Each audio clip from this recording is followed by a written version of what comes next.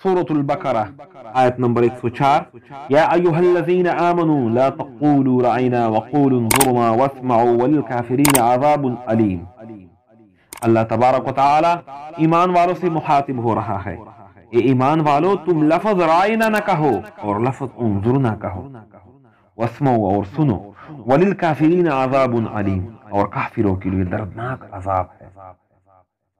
یہودیوں کی بہت سی شرارتوں میں سے ایک یہ بات تھی کہ ہاں حضرت سرور عالم صلی اللہ علیہ وآلہ وسلم کی خدمت میں حاضر ہوتے تھے تو لفظ رعینا کہتے تھے۔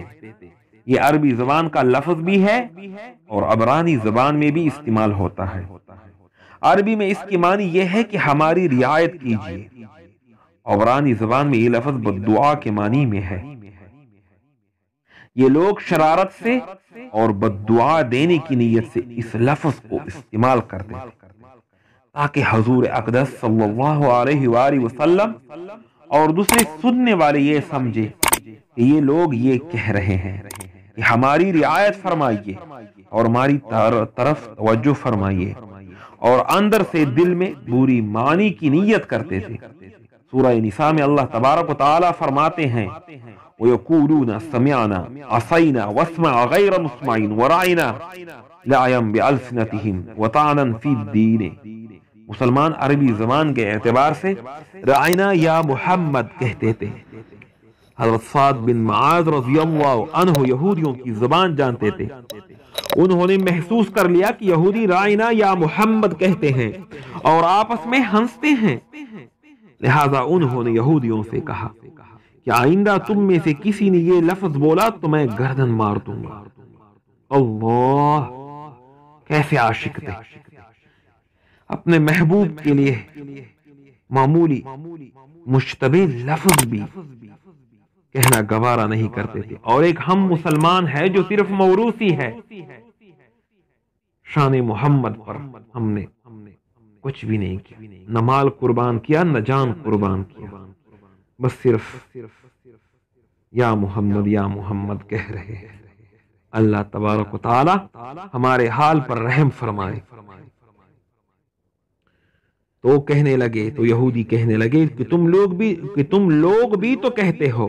اس پر یہ آیت اللہ تبارک و تعالی نے نازل فرمائی کہ اے مسلمانوں تم رعینا نہ کہو، اس کے بجائے لفظ انظرنا کہو۔ اس کا معنی بھی وہی ہے کہ ہماری طرف دیکھیے اور توجہ فرمائیے، لہذا وہ لفظ بولنا چاہیے جس کے معنی میں دوسرے معنی کا اشتباہ نہ ہو سکے، اور یہودی یہ نہ کہہ سکے کہ تم بھی لفظ رعینا بولتے ہو تو ہم نے بھی بول دیا۔ غیر مسلمانوں سے خطاب ہوا کہ تم بات کو سنو اور اطاعت کرو، اور یہ بھی فرمایا کہ کافروں کے لیے عذاب علیم ہے، وہ آخرت میں اپنی حرکتوں کی دردناک سزا پالیں گے۔ استغفر اللہ۔ بیان القرآن میں لکھا ہے کہ اس حکم سے یہ مسئلہ معلوم ہوا کہ اگر اپنے کسی فعل مباح سے کسی کو گنجائش گناہ کرنے کی ملے تو وہ فعل خود اس کے حق میں مباح نہیں رہتا۔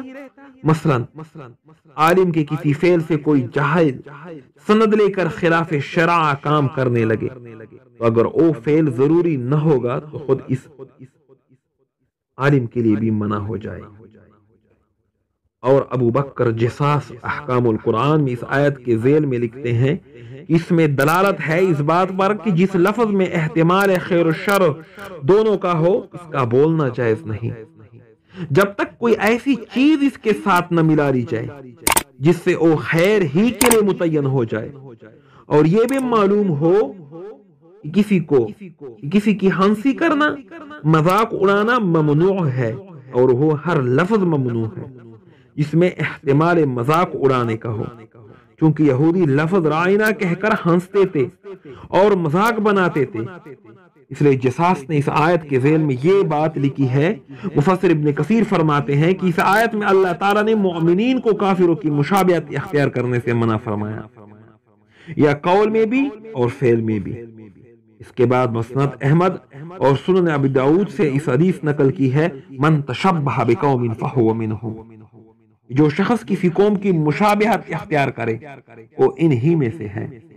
اس کے بعد لکھتے ہیں اس میں دلالت ہے اس بات پر کہ کافروں کے ساتھ ان کے اقوال اور افعال اور لباس اور تہوار اور عبادات وغیرہ میں مشابہت اختیار کرنا سخت ممنوع ہے، اور مشابہت کرنے والوں کے لیے تحدید اور وعید ہے۔ متعدد احادیث میں اس کا حکم دیا گیا ہے کہ خطاب اور گفتگو میں اچھے الفاظ استعمال کیے جائیں اور ان الفاظ سے بچے جو برے اور نامناسب معنی پر دلالت کرتے ہیں۔ اس لیے کسی کو ملک الاملاک یعنی شہنشاہ کہنے سے منع فرمائے، کیونکہ سب بادشاہوں کا بادشاہ اللہ تعالیٰ ہی ہے۔ ایک لڑکی کا نام آسیہ گنہگار تھا، ہاں حضرت صلی اللہ علیہ وآلہ وسلم نے اس کا نام جمیلہ رکھ دیا۔ ایک حدیث میں ہے کہ تم میں سے کوئی شخص اپنے غلام اور باندی کو عبدی اور اماتی نہ کہے، تم سب اللہ کے بندے اور تمہاری سب عورتیں اللہ کی بندیاں ہیں۔ عبدی اور اماتی کے بجائے غلامی اور جاریتی کہا جائے۔ یہ سب احادیث جو میں نے بیان فرمائی یہ مشکوہ شریف میں ہے۔ اللہ تبارک و تعالی ہم سب کو عمل کی توفیق آسان فرمائے، آمین ثم آمین۔